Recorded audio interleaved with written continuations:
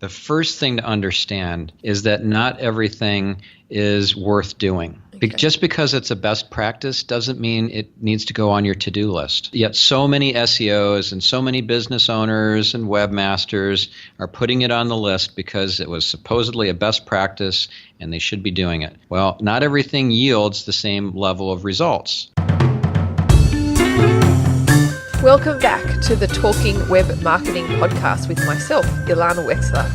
This is a show where we reveal the best tips, tricks and tactics to increasing your website traffic and then converting that traffic into leads and sales.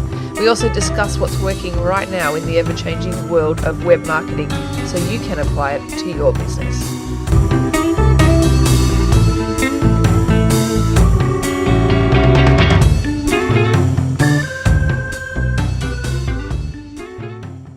Ilana Wexler here with another episode of Talking Web Marketing. In today's episode, we're going to be shifting gears a little bit, and we're not going to be talking about PPC strategies or anything like that, but we're going to be talking about SEO. And if you don't know what SEO stands for, it stands for Search Engine Optimization, which many people optimize their website for to try and get some free traffic from Google. They are the organic listings in Google. And although I'm no SEO expert, the truth is actually before I started my PPC agency, I used to do SEO for a bunch of my own websites that I owned. But that was a really long time ago now. So I would say I know enough about SEO to be dangerous, but certainly not enough to be an expert on the topic. So to talk about SEO, I've brought in Stephan Spencer, who is a well-known international speaker on this very subject and who literally wrote the book on it, 1,000 pages worth. So I think you could say he is an expert on the topic. So in today's episode, we're going to discuss the SEO fundamentals that every website should have that actually make a difference to your organic rankings. And we also discuss keyword research, which is no doubt relevant to PPC, as well as what are some easy wins that are working right now in 2018. A quick word of warning before we start the episode. If you are a newbie to SEO and don't even know the first thing about it, I have to warn you this episode does get a little bit technical, probably because SEO is quite technical, but hopefully we manage to explain these technical aspects well for you. So let's get stuck in today's show. Welcome to today's show, Stephan Spencer. It is an absolute pleasure to have you on as today's guest. You are no doubt a world expert in SEO, so it's a real privilege to have you come on today's show. So thank you. Well, thank you. I'm excited to be here. Awesome. So I feel like this episode could go a number of different ways. And if I sort of put myself into the mind of our listener, I kind of think, what would I as a business owner want to learn? And I guess what I want to touch on today is the SEO fundamentals. I feel there's a lot of noise in the market. Even as a PPC person, I have to always keep my eye on the SEO world, and I feel that there's a lot of noise, and therefore I'd love to kind of tap into your expertise to cover the SEO fundamentals that really every business owner or website should have, and then perhaps later on touch on to what's working right now with SEO, because like PPC, it's a very fast-paced changing world, and it's important to kind of know what's working now. So does that sound okay? Sounds perfect. Awesome. So let's get stuck into the fundamentals. If, let's say, someone's going to do a little bit of DIY, what would you say are the basics that they have to get right on their website? Yeah, so I'd say the first thing to understand is that not everything is worth doing. Just because it's a best practice doesn't mean it needs to go on your to-do list. Yet so many SEOs and so many business owners and webmasters are putting it on the list because it was supposedly a best practice and they should be doing it. Well, not everything yields the same level of results. So if you instead, you talked about the noise out there. There's so much noise out there in terms of SEO, but not just SEO, noise about PPC, noise about Facebook advertising, noise about conversion optimization, analytics, e-commerce, email marketing. It's just rampant everywhere. Too much information, and too much of it is busy work and things that won't really move the needle. So my recommendation is whatever you focus on, it should be something that is going to make a drastic difference to your business. The way that I would describe this to you is, I learned this from Tony Robbins, is being outcome focused rather than activity focused. Absolutely. If you're activity focused, then you're doing stuff like, from an SEO perspective, optimizing your H1s, you're optimizing your meta descriptions, you're changing the URL structure so that there are no underscores, only hyphens in between the words. You're doing all of these things, and they have varying levels of result or output or benefit. Okay. And if you are activity focused, then you're doing all of them because they're all supposed to be best practice and good. But yet, did you know that meta descriptions don't help your rankings at all? Well, this is what I wanted to ask you is what are some of the fundamentals which, as you say, are outcome focused and actually would move the needle from an SEO perspective for someone? Yeah, this is a framework that I would offer to your listeners. If you think of everything is either on page or off page. Yep. On-page things are things like title tags and body copy and image alt attributes and just even meta descriptions. Those are all on-page elements. And then the off-page elements are things that are on other websites mostly, not the page that we're talking about, but other pages that are influencing that page to either rank higher or rank lower. So the off-page things could be things like the links that are pointing to that page, the anchor text of those links, the words that are the underlined words. Does it say click here? Well, if it does, it's helping you rank for click here in Google instead of the important keywords that you're chasing after. But we don't want to go over the top and have everything be a keyword-rich text link that is going after your money keyword because that looks like it was engineered and looks spammy. So we have to do it in a legit way. So we got off-page factors and we have on-page factors. So let's start with the on-page factors. What's going to really move the needle for, that's going to be outcome focused in terms of SEO fundamentals? Well, how about start with the title tag? Start with the home page because that's the most important page of your site. And start with the title tag because that's the most important element on the page that's given the most weight by Google. And it's so easy. It's not like you have to have a computer programming degree or anything. You just have to change some words out in the title of the web page. And if you start at the home page, that's the most important page, and you work your way down the site tree, then you're going to work in order of priority because a page that is 5 clicks deep down in your site tree is probably not a very important page that you care a whole lot about. But a page that's 1 click away from the home page, maybe it's a featured product or service, maybe it's an FAQ page, maybe it's the learning center or the home page of your blog or whatever it is, the about page, that page is probably pretty important because if it weren't, why would you link to it directly from the home page? So you start at the top, you work your way down the site tree, and you start by focusing on the title tags, which are the most important element on the page as far as on-page factors. So you see a title that says about us, and you think, wow, that's not very good. There are no keywords in that. Let's say you're a widget company, about XYZ widget company, right? And then you have that keyword. In this case, in this hypothetical case, you got widget now in the title tag. If that page is related to that topic, then you're on the right track. If you're trying to say, well, I want to rank every page for the word widget, so I'm going to put widget in the title tags of the home page, the about page, the contact us page, the privacy policy page, the terms and conditions page, and everywhere else, well, now you're keyword stuffing.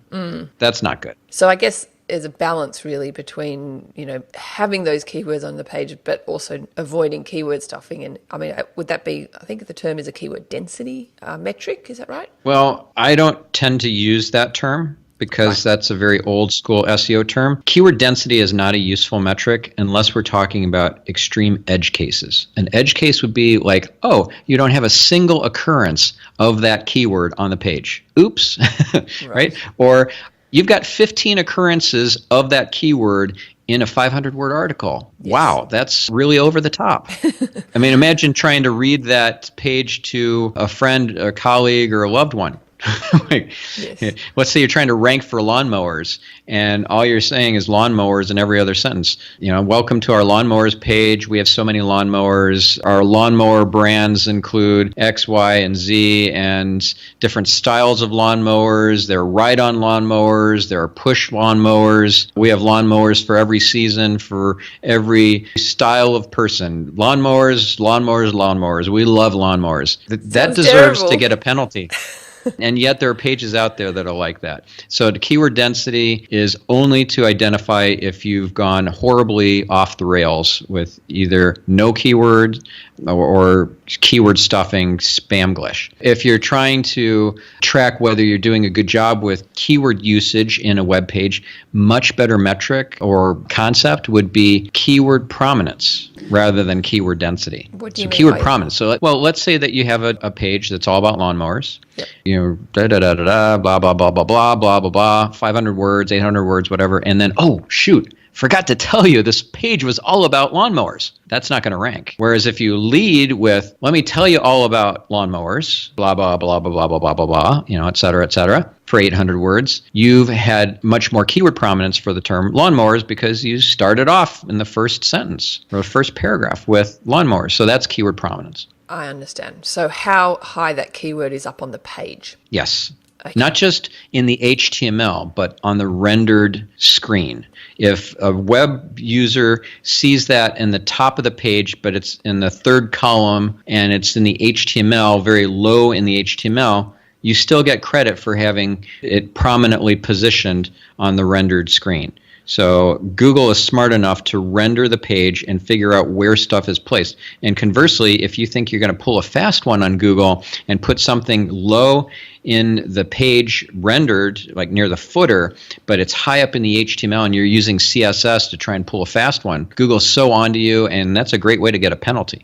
It's this fine balance, isn't it? Well, it's not. It's just, it's as easy as, would I feel uncomfortable telling a Google engineer what I'm up to with my optimization techniques? Right. If I'm doing stuff that I feel it feels a little sketchy, what I'm doing, I don't want to tell a Google engineer at a conference that I'm doing this. Like, hey, I took that keyword and I put it in every single title tag across the site, and then I added it to every single alt attribute of every image, and then I like, whoa, you're not going to tell anybody you did that, right? Well, no. Well, then you shouldn't be doing it.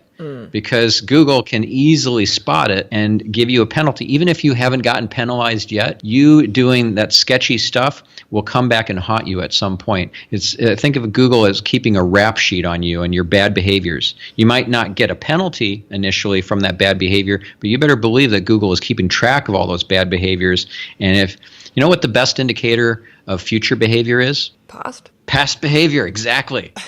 If you have a habit of getting close to the line but not quite crossing it, and then you back off when it gets a little too hot and you think, oh, I got away with it. I did this sketchy tactic and Google never caught me. I just got right to the edge and I didn't go over. Google's so onto you. Even if they didn't catch you or penalize you now, in the future, they're going to retroactively figure out what you've been up to and look at that past behavior as an indicator of what you're going to be up to in the future. Which I agree with and I see all the time. Obviously, I deal a lot with business owners, and people don't realize the risks that they often put themselves into if, they hire some not very reputable SEO person, because there's damage done in the background that, as you say, can be irreparable, that can cause a significant impact for that business that people just don't realize. And I always say to people, I know a little bit about SEO, but I know enough to be dangerous to myself, so I don't even bother with it. I mean, me personally, me doing it. Yeah, so this is a common problem. How do you hire somebody who's so gifted at SEO they're going to transform your business, and yet you don't know enough to be dangerous, or maybe just enough to be dangerous? How do you work through that? It's actually pretty easy. I have a checklist and kind of a process that's available on my website on stephanspencer.com called the SEO Hiring Blueprint, and a companion document called the SEO BS detector. I will not spell out the word BS, but you know what I'm talking about here. Yes. And that document gives you a bunch of trick questions that you can ask during the interview process. And then the hiring blueprint walks you through the 7 steps to screen, hire, and onboard the perfect SEO consultant or agency or in-house employee. It works for all three types. That would be very, very valuable for even a lot of people I know personally, because it's an area that is such a black box, and any kind of SEO person doesn't reveal their secret sauce, and it's sort of this grey area of confusion for so many people. So yeah, I urge all of our listeners to go and check that out, because, knowledge is power in this instance. Yeah, so I'll give you the links that you can add to your show notes, to your episode page for those two things. That would be awesome. So let's get back to what we were talking about on-page stuff. Said the title tag. So let me connect up what I was just talking about, like trick questions from the SEO BS detector and fundamentals of SEO. Mm-hmm. So you can clearly see this doesn't necessarily have to be a black box. It can be very straightforward and a lot of common sense. So one thing that a lot of people don't understand or realize is that meta keywords never counted in Google. Interesting. Okay, so if that's something that an SEO is telling you that they're going to do, then you know to turn and run. Right. Because that's not a fundamental. That's something that never worked. Never. And the meta keywords, excuse my ignorance here, as I said, I'm not an SEO person. They're the keywords that are in conjunction with the title tag. Is that right? Well, so the meta tags go in the same area in the head portion of the HTML. Where the title tag goes, you'll have a meta description. You also have potentially meta keywords. You might have a meta robots tag. So there are these meta tags, and then there's the title tag. There are other things too, but those are some of the key components that you'll see in a typical head portion of in the head container, the head tag, and then the closing head tag. In between that, you'll have the title tag. You'll have the meta description. You'll have the meta keywords. And if you have meta keywords in there, why? Just remove them, because the only person you're helping is your competition. Now they see the keywords that you're targeting. I mean, they could figure it out in other ways, but why are you giving them that competitive intelligence? It doesn't help you, and it only gives information away to your competition. So if you have meta keywords, remove them. But this is a great screening question. Let's say that you're interviewing candidates for an in-house SEO position, and you ask this trick question, because now you know that meta keywords are a complete and utter waste of time and always have been. So what if your question goes like this? Tell me, what is your process for optimizing meta keywords? How does that work? See, you sound really ignorant and like you don't know anything, and they can totally snow you over, but you've got the cheat sheet. You've got my SEO BS detector. So that's actually one of the questions in that document. And the answer is, there's no right answer other than, what? Are you serious? Meta keywords? Those never counted in Google. Why are you asking me such a stupid question? Put elegantly, I'm sure. Yeah, very elegantly. But you see how if you're just armed with a handful of these trick questions, you can ferret out the fakers, the posers, the charlatans so easily, instead of hiring them and then finding, after spending all this money, 6 months later, it didn't move your rankings up. In fact, maybe they hurt your rankings because they were buying links or building low quality links, and now you have a whole mess to clean up, and actually would have been better for you to do nothing. Exactly. I know. It's a sad state of affairs when we see this happen. I see it happen all the time. So do you want to go back to fundamentals? Let's go back to fundamentals. About that? Yep.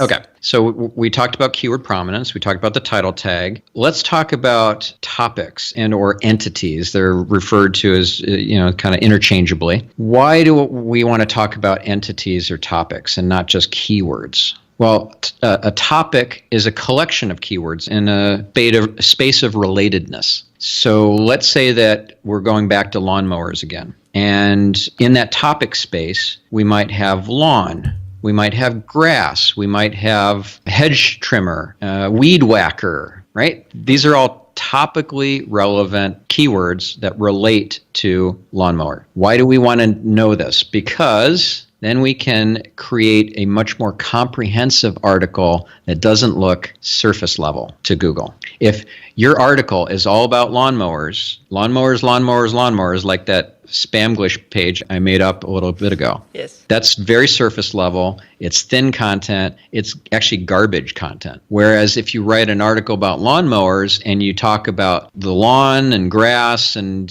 lawn furniture and gardens and landscaping and summer and all sorts of related keywords, not necessarily because you're just stuffing them in there, but because I'm not saying do that. I'm saying write something that's a comprehensive overview of that topic space. So you want to rank for lawnmowers, you should really do a deep dive on that topic and not just keep repeating the same keyword over again. Can I just ask one distinction on that? So I understand the concept of using related terms within that deep dive. Does the article length factor in, or is it really just the expansion of the topic? Like if you could kind of go deep in a topic in, let's say, 800 words, is that sufficient enough because it's used that variety of keywords, or does the length of the actual article? I've heard, once again, going back to lots of noise in the market, that article length makes a big difference. Would you say that impacts? Well, not in the way that you might think, or that in the way that listeners might think. It's not like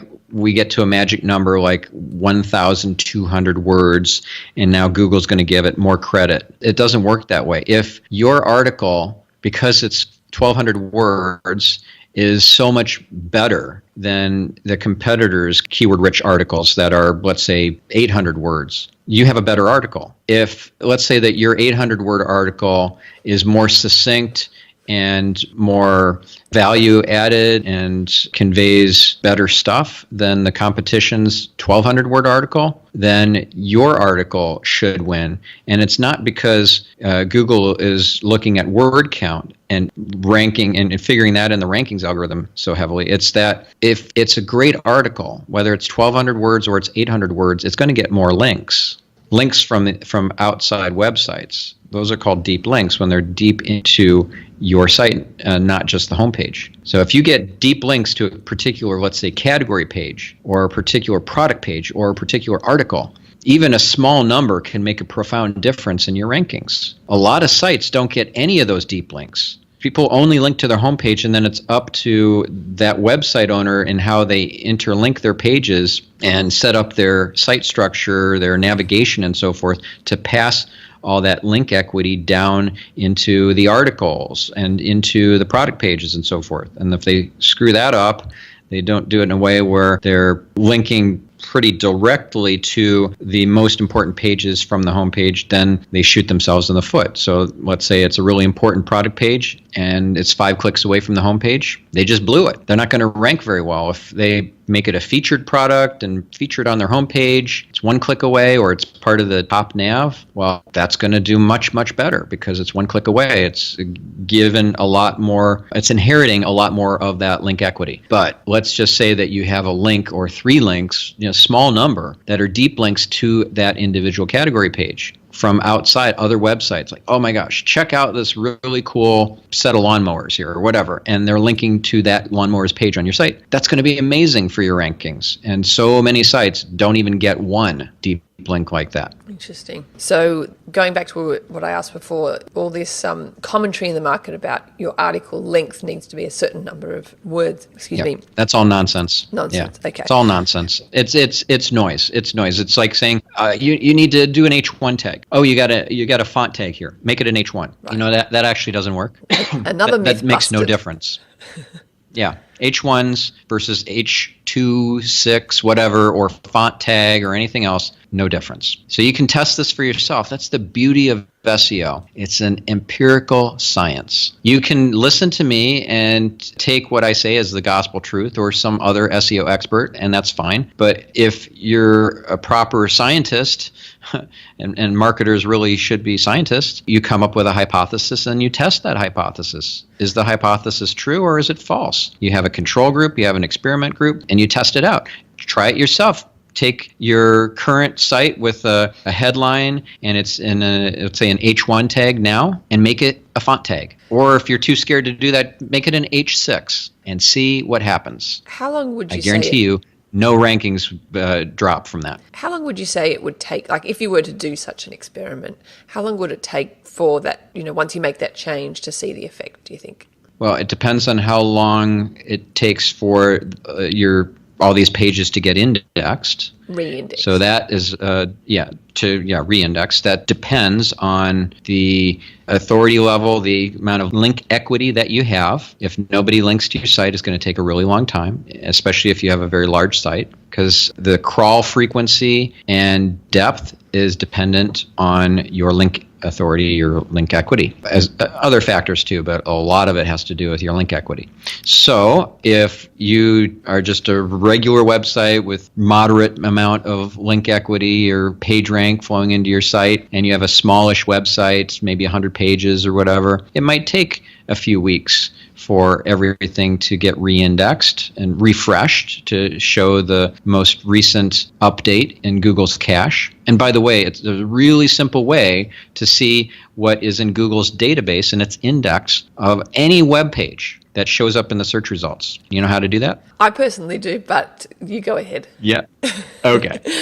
There's a little green down arrow next to the URL in the search listing. So in the search results, for each search listing, you'll see a little down arrow, a little green arrow. You click on that, and it will show you similar, and it will show you cached. Click on the word cached, and that takes you directly to the cached version, the stored version of the web page. And at the top of that page, it will show you the date and time that it was stored, fetched and stored in the index in the database. I understand. So this is next to the search results in Google. Yeah, it's part of the search results. It's next to each search listing. Yeah. Interesting.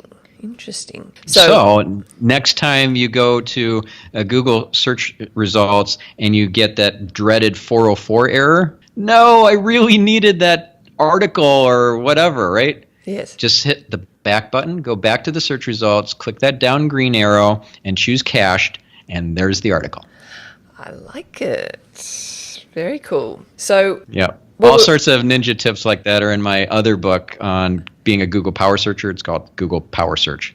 So I don't just have the art of SEO, which is like a huge Bible on SEO, 1,000 pages, a little overwhelming. This is a 120-page book on how to find anything in Google. Yeah. Very cool. So that's one of the tips from it.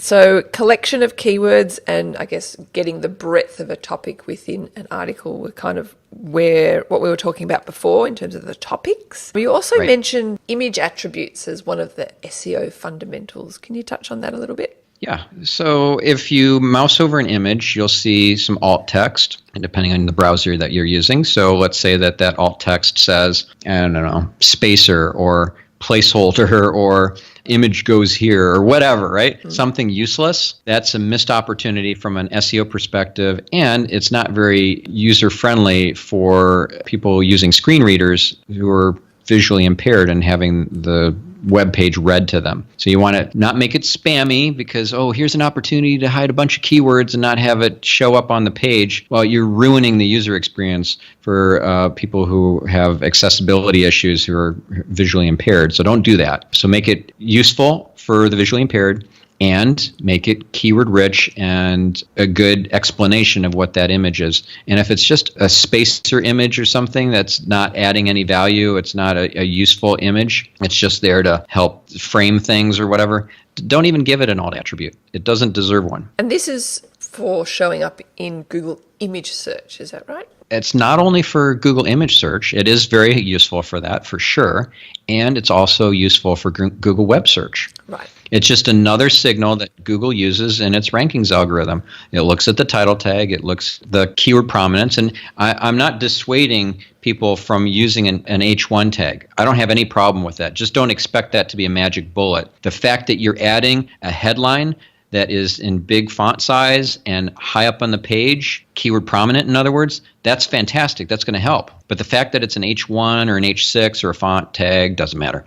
So do all those things that we talked about. And this is another thing to add into the mix, keywords and relevant keywords, and doing it in a way that's useful for the visually impaired and for SEO to the valuable images on the page. That will help you with Google web search and with Google image search. Interesting. So a lot of the stuff I kind of know a little bit about, but I guess what I didn't really appreciate with SEO is the importance of having those sort of main pages closer to the homepage in terms of hierarchy. I never kind of appreciated the importance of that. So if I understand correctly, having a page closer in terms of clicks away from the homepage increases the importance of it. Is that one way to explain it? Exactly. Okay. Exactly. That's interesting, I guess, and therein lies sort of the importance of important site hierarchy and site structure. Yes, very much so. The internal linking structure conveys to Google what's important and what is unimportant within your site. Right. Which, I mean, I guess when you take on an SEO client, although I know you don't do that hugely anymore, is that kind of something? Oh, no, I do. I just... I know you do. They have to have a decent budget.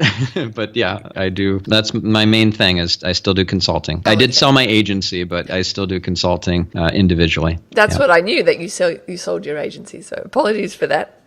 No worries. No worries. So yeah, would you, like in an instance, if let's say you were to take on a client which had sort of a site architecture or site structure that was not ideal, would you recommend like rebuilding the site architecture, or can you manipulate it without doing that? Oh, for sure.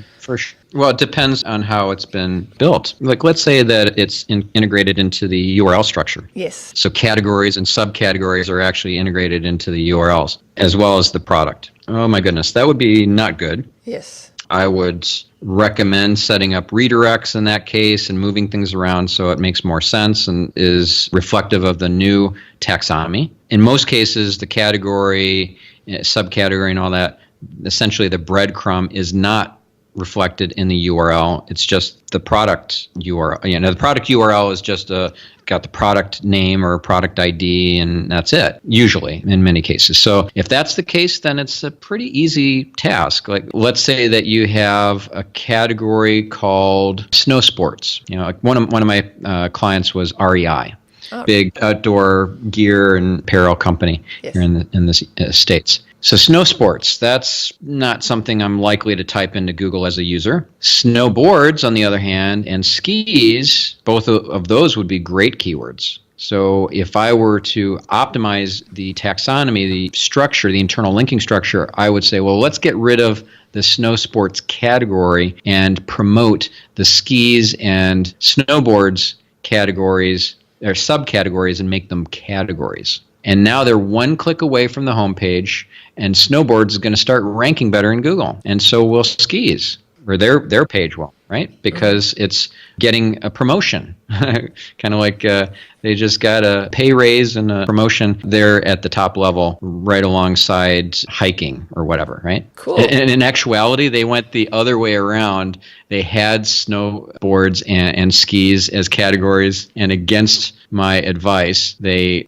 grouped them together under snow sports. And I'm like, no, don't do that. And they did it anyways. Oh, God. Sometimes people just, do what they want, yes, really. you can lead a horse to water. Yeah. Exactly. So, all this talk about keywords and optimizing for keywords, I want to kind of touch on the fundamentals of keyword research, because really, regardless if you do PPC work or SEO or anything, keyword research sort of lies at the core of both of those industries. Yes, so much so, yes. Yeah, and I know, because obviously I'm a PPC person, they're related, and often we talk with SEO people saying, right, these are the keywords that are converting well from a PPC point of view, let's optimize for that. So I'm just curious for you as an SEO person, if let's say you've got a client that is not doing PPC work, and therefore they don't have such data in terms of the especially long tail converting keywords, which Google Analytics doesn't tell you. What are some tools and what's some of the ways that you do keyword research? I love the question, and this is a topic I'm very passionate about. I just keynoted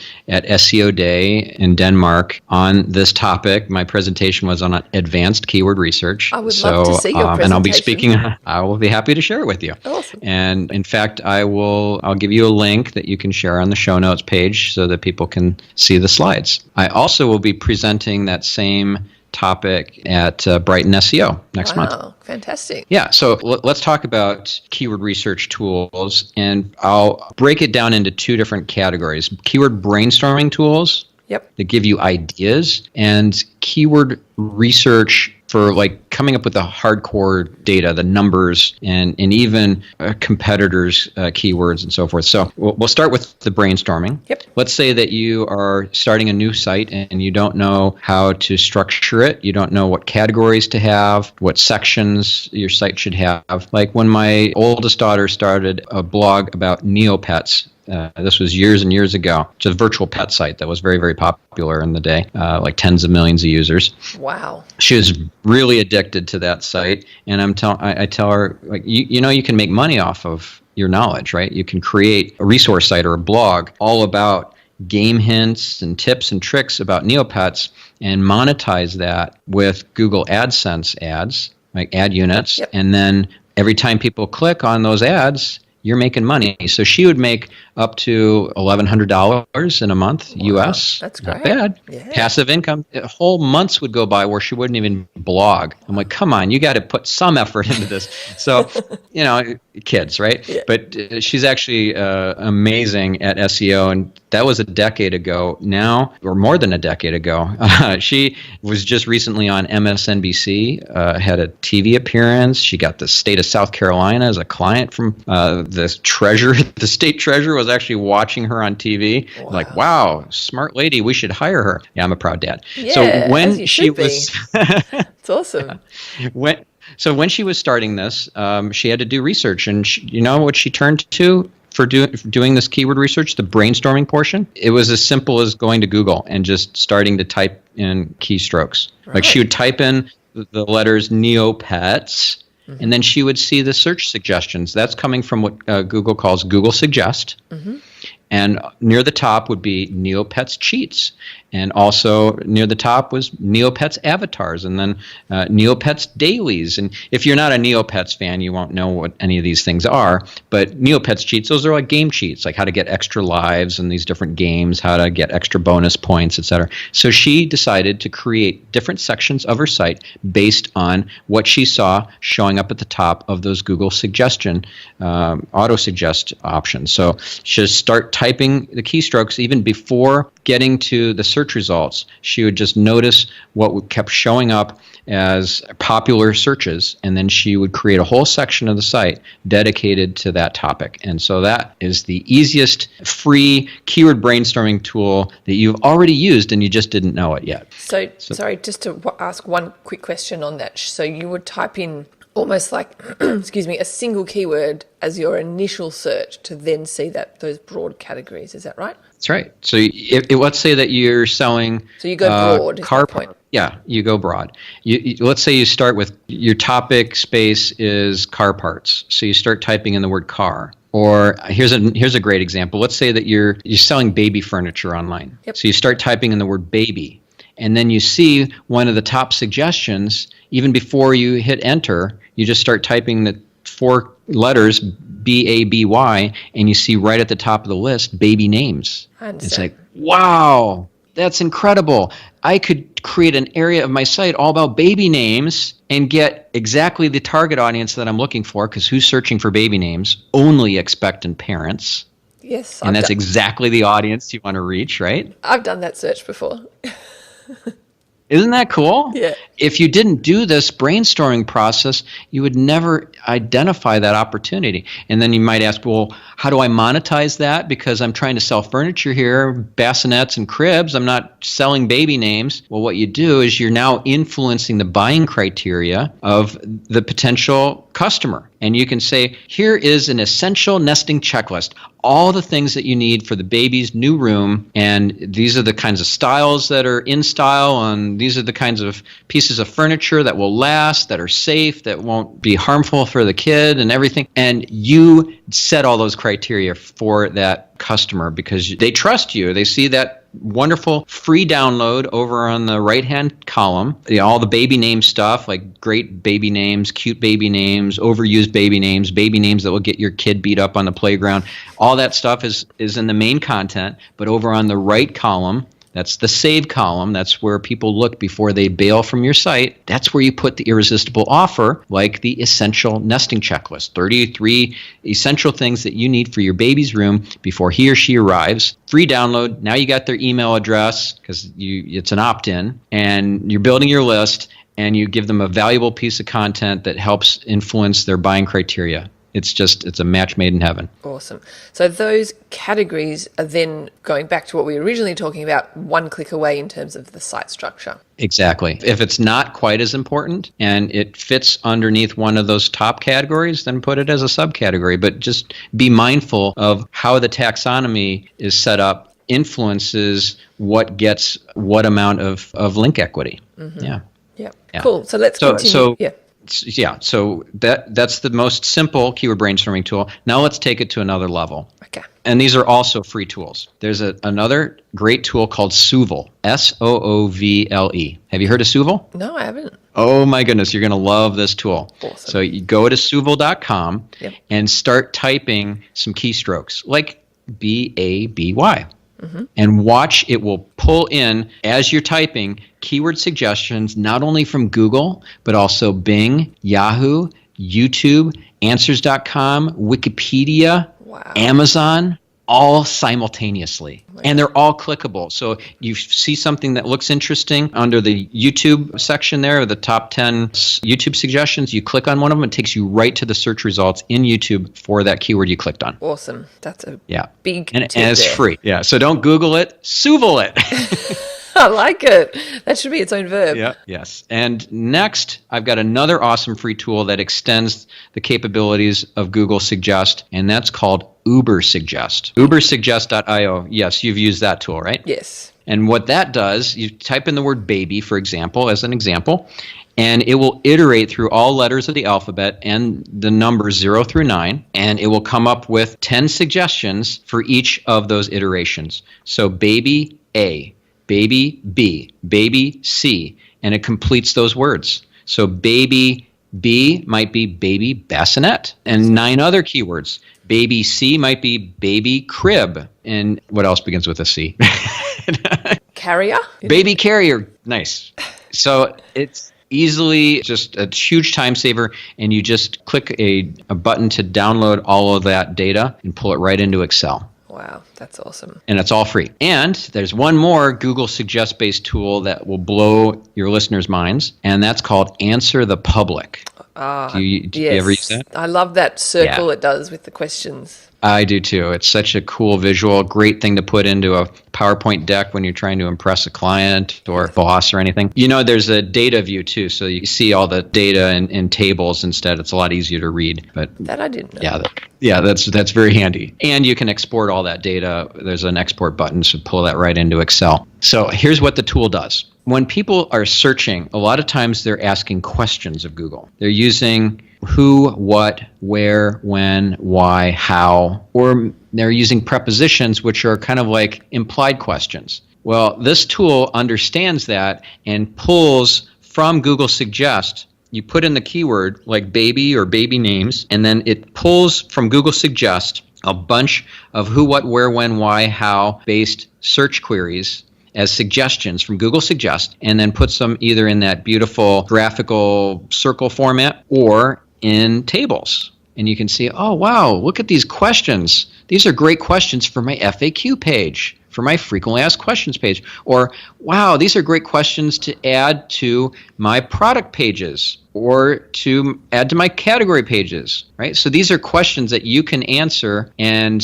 get rankings for those questions when people type them in, and preempt objections and answer the unanswered questions. Like when somebody comes to your website and they're wondering things like, how much does it cost to work with you? Mm-hmm. How much do I need to spend on an AdWords ad budget? How much is your management fee? What do you base it on? Like all sorts of questions that you're probably not that comfortable answering, right? Yes. Not all of them, for sure. I feel the same way. But yet, if you answer them with an answer, it's going to help you with your conversion. And it gets you more business, even if you don't provide the actual answer. So when somebody is looking for my prices, they go to stephanspencer.com. You're like, ooh, what does it take to hire the best SEO? I want to see. They're not going to see it. They'll see I have a question. How much does it cost to hire Stephan? And then there's an answer. And then it's going to be, it depends. And it's going to be, here's why it depends. And here's why I am going to insist that we have a conversation and where I understand the scope before I'm going to give you a number. That's right. But if you want a number, I'll give you ranges. I'll give you a ballpark, but I'm not going to answer your question in the way that you want to get it, but I will answer it to the best of my ability. So doing that puts you light years ahead of everybody else. All your competition want to be super cagey about it. And they don't want to put any information about that question on their website, and that's a big mistake. It misses the SEO opportunity and the conversion opportunity. This is a great tip that I learned from Marcus Sheridan, is I knew about Answer the Public, but to create all these frequently asked questions and to put them on all your product pages. I have my consulting services, but I also have online courses. I have my coaching. So on each of those pages, there are questions that link off to the frequently asked questions page with the corresponding answer. So you could see on my coaching page, like, oh, there's a good question. Like, what do you cover? Do you cover stuff outside of SEO in your coaching? Why, yes, I do. And here's more detail on that. There's the question, and then click and go right to the answer. So having that, I learned that from Marcus Sheridan, the Sales Lion. I interviewed him on my podcast, Marketing Speak, and it's a great podcast, by the way.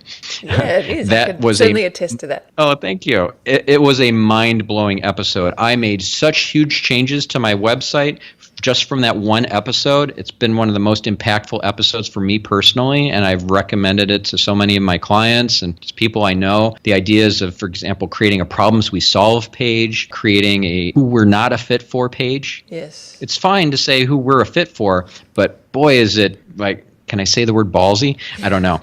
To have a page of who we're not a fit for. Yeah, that is so cool. It's equally important, I think, to know who you do work with and also who you don't work with, because not everyone's a fit for everyone. And it's kind of like reverse psychology. Like, well, no. I'm a good client. No, you should definitely let me work with you. Let me pay you money. Right? They're like, no. I am a good fit. It's awesome. Yeah. And so all that sort of stuff, the frequently asked questions and everything, I implemented all that stuff on my website. Marcus's advice. He is so awesome. I love him. Well, I'll definitely have to check out that specific episode. Yeah, so Answer the Public. That's just the most amazing, awesome tool, and free. And also it allows you to identify keywords, question-based keywords that you can target to get featured snippets, which is a whole other opportunity. Wow. Have we got time to touch on featured snippets? I guess that sort of why not? Falls in line with what's really working now component of this episode. Yeah. It also fits into the keyword research tools portion. That's not the brainstorming stuff, but the hardcore data type stuff. Okay. I'll cover all three. Okay, let's do that. So using a tool called SEMRush, which I'm a big fan. A tool I love, yes, you can extract tons and tons of keywords from your competition and see what estimated volumes are of searches for each of those keywords. And I'm talking potentially tens of thousands, hundreds of thousands of keywords for some sites, even millions. It's amazing. And it's just a huge comprehensive data set. You can filter down with just the click of a button down to featured snippet keywords. So these are keywords that the competition is ranking for and has a featured snippet for, meaning it's essentially an instant answer. It's at the top above all the other organic listings, and it's an expanded answer. It might be a bullet list, it might be a numbered list, it might be a paragraph, it might be a table. But these are all featured snippets, and it may or may not have an image. It's essentially the answer to the question. If you can be the answer to the question, you are in such a powerful position because so many people are searching using voice search these days. That's right. They're asking Siri, they're asking Google, they're asking Alexa, and getting an answer. Which is why Answer the Public is such a good tool, because it's giving you those questions that people are actually asking. Exactly. And you can get great keywords to target by looking at your competitors and saying, show me all the keywords that they're already getting a featured snippet for. And then you can steal those featured snippets from your competitor if the featured snippets aren't very good. I understand. So featured snippets, just to cover the basics, that's where the answer is actually in the search results without someone having to click. Is that right? Yeah, but there is a clickable link, so you will get click-through traffic from that. So imagine if you're number one in the organic results and you're at position 0. So you're position 1 and position 0 because you've got the featured snippet. You'll get so much more click-through than if you were just at position 1. Such a cool opportunity. Position 0 being the featured snippet. The featured snippet. It's like it preempting the first organic result. So you might have 10 organic results, and you might have a featured snippet. above all of those organic results. And whoever got that featured snippet, that doesn't have to be the number one result. It could be number 8. I understand. So they're down near the bottom of the first page, and yet they took the featured snippet because they had such a great, succinct answer with nice bullet list. It was just an awesome answer in the right format. If I type in a how-to query, it should be in a number. It should be a numbered list type of snippet. It shouldn't be a paragraph snippet, because if I want to know how to boil an egg, I want step 1, 2, 3, 4, and 5. So you have a numbered list, and your competitor who currently has the featured snippet has a paragraph. That's a weak snippet. You could go after that and steal it away. And these featured snippets are featured in SEMRush. Is that what you were meaning? Well, the SEMRush tool scrapes all of these keywords and rankings for all of these competitors. Yes. Sites all across the internet, not just rankings in the organic results, but ones that are ranking in position 0 in the featured snippet slot as well. So you could say, I want to filter out, not show me anything other than my competitors' featured snippets. What keywords are they getting a featured snippet for? And then I want to look through those for ones that stink, that are awful, that are not a good answer, that are not in the right format, and say, I'm going after you. I'm coming after you, competitor. Watch out. And it's worked like a charm. I've had multiple clients use this strategy. I actually wrote an article on Search Engine Land about this, stealing, essentially, the featured snippet spot from competitors using tools like SEMRush, and then identifying weak ones that have a poor answer, a non-succinct answer, or an answer in the wrong format, and putting a better answer out there. If you're on page 1, you have a decent shot at taking the featured snippet. Does SEMRush also provide the associated search volume for that particular query, so that you can see which feature snippet is worth going after? Otherwise, if it's only... Exactly. Of course. So you rank by volume. Yep.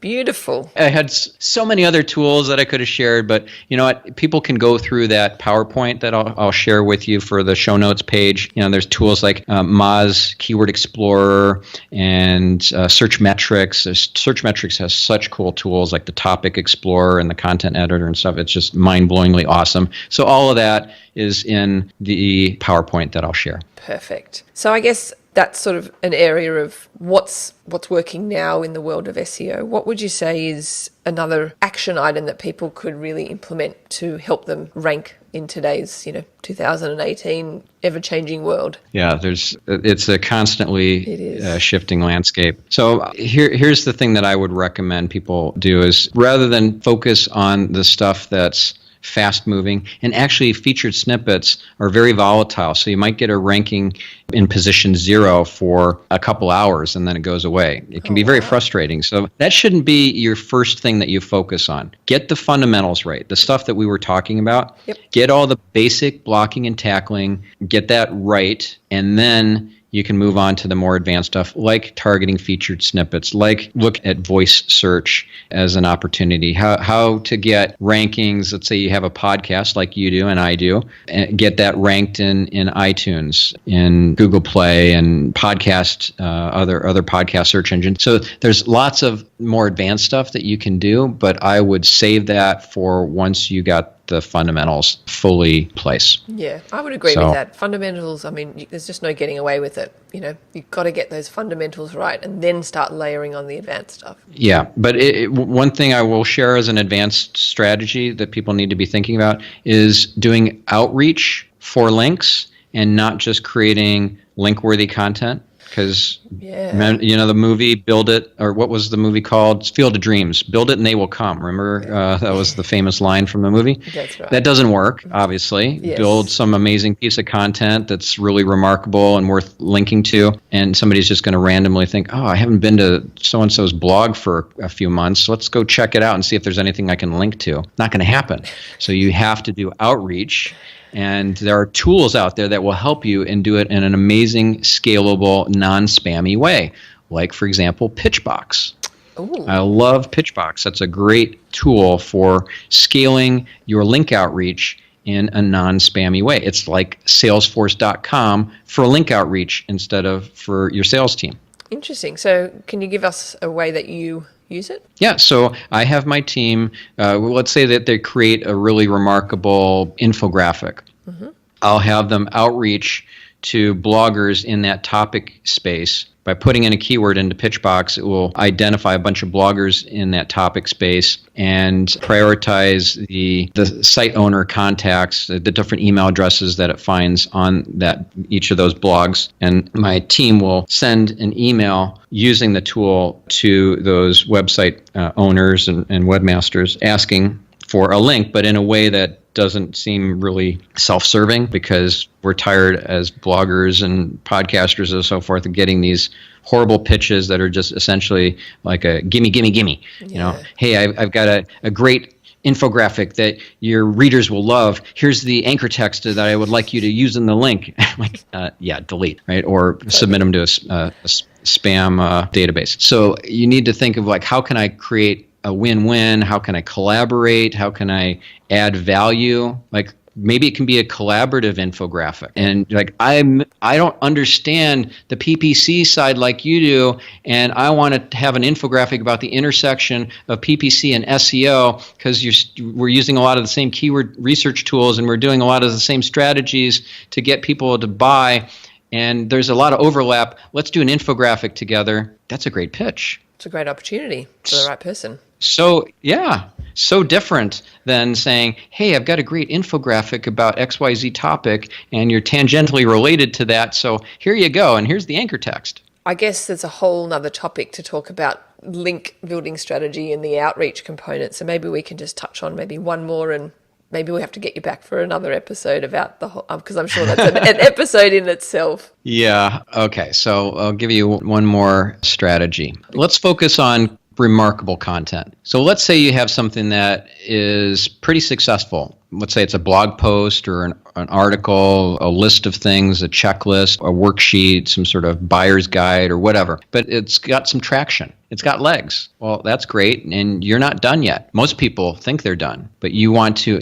extend that, repurpose and repackage that, and continue to wring more life out of that content piece by creating, for example, let's say it's a listicle, like top 10 biggest myths about PPC. Okay, 10 biggest myths about PPC in 2018. Boom, that crushed it. Oh, amazing. Well, you're not done yet. Now you can take that and turn that into an infographic. And then you include an embed, the HTML embed, which includes your text link, so people will actually end up linking to you and not just using the graphic. And like, okay, well, we got some great traction on that. Well, you're not done yet. That still has life in it. So now you're going to create a SlideShare deck of those top 10 things and post that to SlideShare. Now, the SlideShare links aren't going to be worth anything from an SEO perspective, because all social sites no-follow their links. You get a link from Facebook, Twitter, YouTube, any of it. It doesn't matter. It's no-followed. But what it will do is it will get you in front of people, hopefully influencers and bloggers, who will then link to you because they're like, wow, that is such an amazing top 10 list of myths.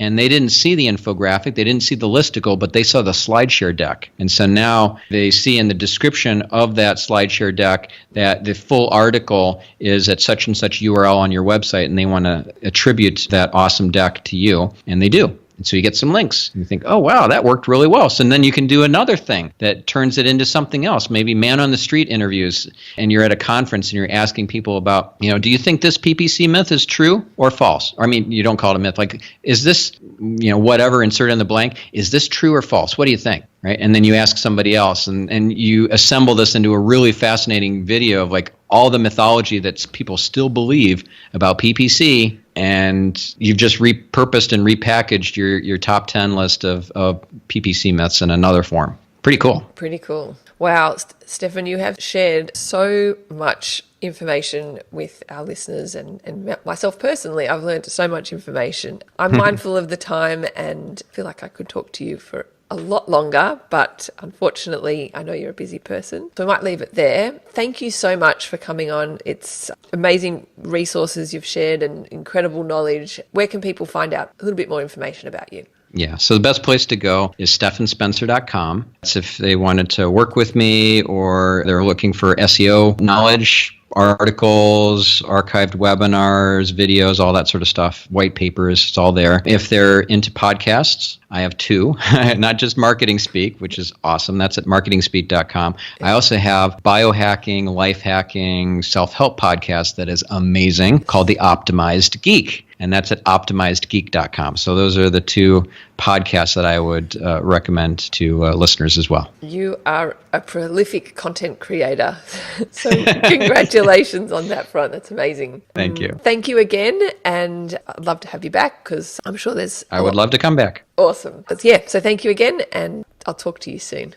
Thanks for listening to today's episode of Talking Web Marketing. I know I certainly enjoyed chatting to Stephan Spencer, who is a wealth of information. So given all that we talked about on today's episode, which was so much and so many resources that you can use, we've created a summary of the show notes that you can download. If you go to talkingwebmarketing.com, you'll actually be redirected to my own website, greenarrowdigital.com, and from there you can just download the show notes, and we'll also provide some links to the content which Stephan was also mentioning about his articles that he's written on other websites as well. So be sure to head on over there and download the summary so you don't miss a beat, and stay tuned for future episodes. Thanks for listening.